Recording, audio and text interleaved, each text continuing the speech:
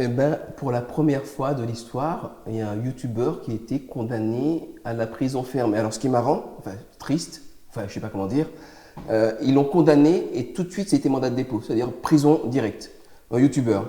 Le pauvre, qu'est-ce qu'il a fait de si grave pour qu'on soit aussi dur avec lui? Ben, je me souviens pas de la qualification juridique, mais en gros c'était du cyberharcèlement de meute.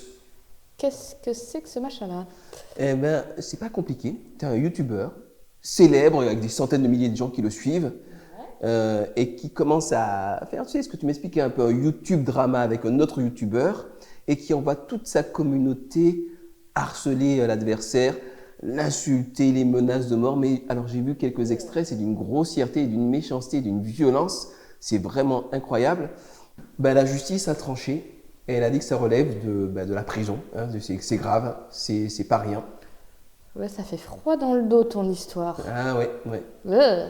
Du coup, le cyberharcèlement, les conséquences, c'est juste virtuel ou bien c'est réel?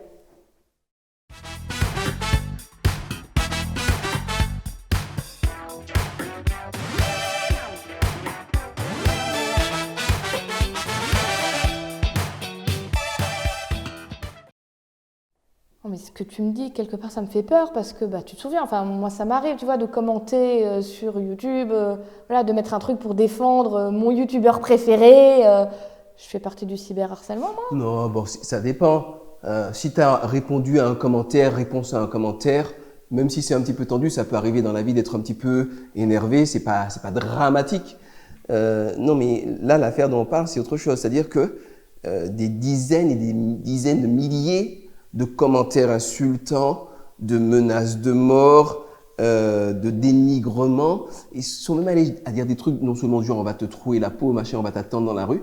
Ils sont même allés jusqu'à dire on va aller attendre tes enfants devant la crèche et on va leur faire la peau. Tu sais, on sait à quelle crèche ils vont, tu vois, ça va très loin. Ouais, mais enfin, c'est affreux, hein. Quelque part, bah, la fille, elle a juste, elle enlève son compte, elle lit pas les messages et puis voilà, c'est bon, c'est fini. Mais c'est une youtubeuse, elle en vit, c'est son métier.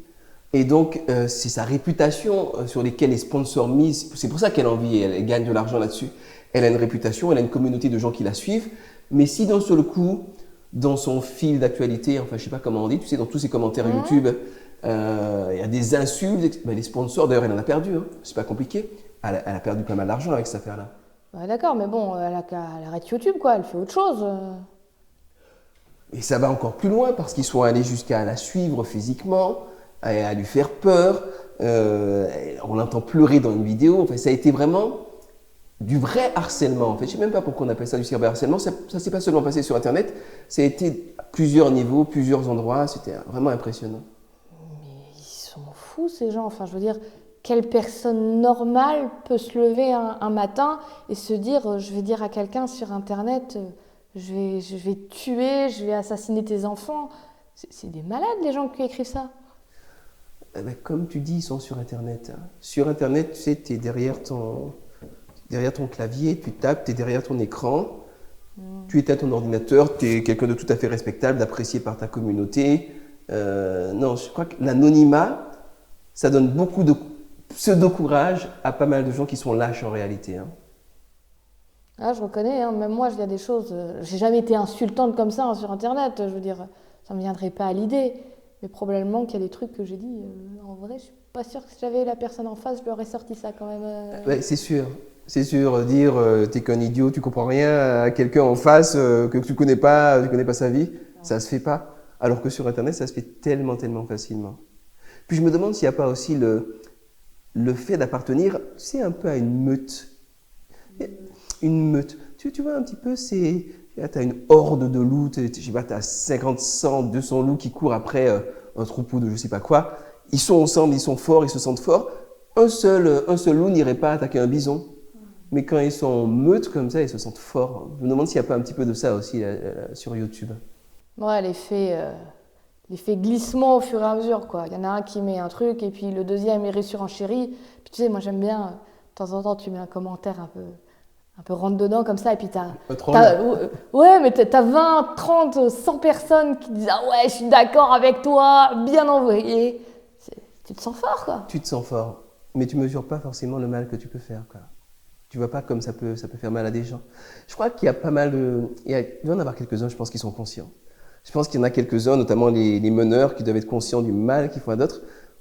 J'imagine aussi qu'il y en a plein qui suivent, un petit peu comme des moutons, le mouvement, sans bien mesurer l'impact réel, quoi.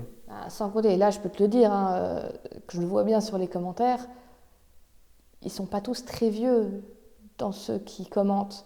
Régulièrement, c'est plutôt des 12 ans, 18 ans, voire même en dessous. Hein. Ça m'est arrivé de voir passer des fois des commentaires où je pense que c'est vraiment des petits, 7 ans, 8 ans. Alors c'est plus dans les trucs avec les chanteurs, les choses comme ça. Et des fois, ils se prennent des trucs et je me dis, ouais, mais ils sont pas... Enfin, tu vois, ils sont pas mûrs pour pouvoir réagir à ça. Et puis, tu n'as pas forcément les parents qui sont derrière pour éduquer les enfants à ce que c'est qu'une relation sociale, à ce que c'est que le respect de l'être humain. Ouais, c'est pas forcément comme ça. On lâche les gamins, on lâche les ados avec les machines et puis ils font leur vie derrière, quoi, comme ils peuvent. Hein. Ouais. Tu sais, tout ce que tu me dis, ça me fait penser à une histoire qui remontait un peu quand Star Wars 8 est sorti. Il y a une des actrices qui jouait le personnage de Rose et bon, les gens appréciaient pas forcément son personnage dans le film. On aime ou on n'aime pas, ça c'est autre chose. Mais c'est terrible parce que tu as plein de gens qui ont écrit sur ses comptes à elle, l'actrice, pas le personnage, pour lui dire des horreurs, pour lui dire qu'ils allaient la crever, au point qu'elle a arrêté tous ses comptes internet, elle a disparu à un moment de la circulation. Incroyable. Tellement ça avait été violent.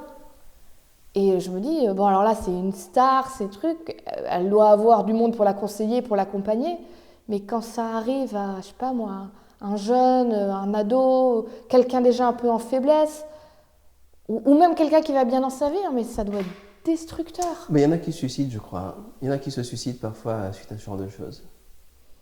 Bah, tu sais quoi, avec tout ce qu'on a dit là, moi je crois que je vais vraiment me calmer sur les commentaires sur YouTube. Quand j'aime bien, je dirais c'est bien. Quand j'aime pas, je dirais je suis pas fan. Mais je vais éviter de rentrer dans tous les débats, dans tous les trucs, parce que je me dis je veux pas rentrer sur une pente glissante et où je sais pas où je vais finir. Et puis, le cyberharcèlement, ça n'existe pas. C'est le harcèlement tout court. C'est des vrais gens en face qui souffrent vraiment au bout d'un moment de se faire insulter. Puis même pour soi, c'est quand même mieux d'être plutôt positif et constructif que de se vautrer dans ce qu'il y a de plus moche dans l'humanité. On ne peut pas choisir pour les autres comment ils vont agir et on ne va pas révolutionner comment Internet marche. Par contre, on peut choisir pour soi. J'écris ou j'écris pas et chacun peut faire sa propre décision.